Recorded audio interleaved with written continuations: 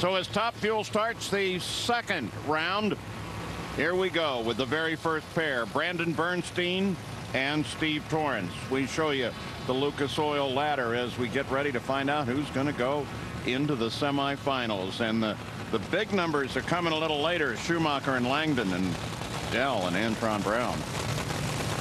Let's go to Dave Reeve. And talk a little Brandon Bernstein. Keep in mind, this is a brand new Murph McKinney chassis that will be making its 7th pass ever. Why? Well, think back to our last race in Reading. Remember, Brandon had that tire go down.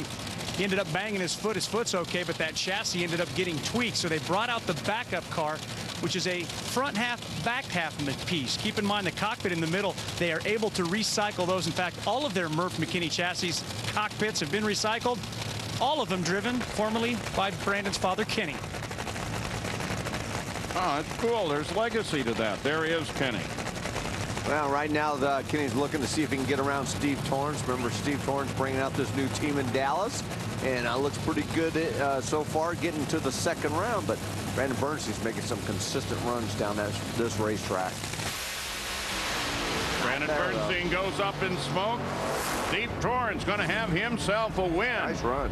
You know, they targeted this team really to kind of warm up for next year, but they're looking pretty good. 398. That's the run for Steve Torrence. As you take another look at Brandon Bernstein, this is what we saw yesterday. Just too much wheel speed out of that left-hand lane, goes right up into tire smoke. You saw Brandon hitting the throttle 2 or 3 times trying to get to recover. It just would not do it. Steve Torrence was making a nice run to advance to the semifinals. This is the launch for Steve.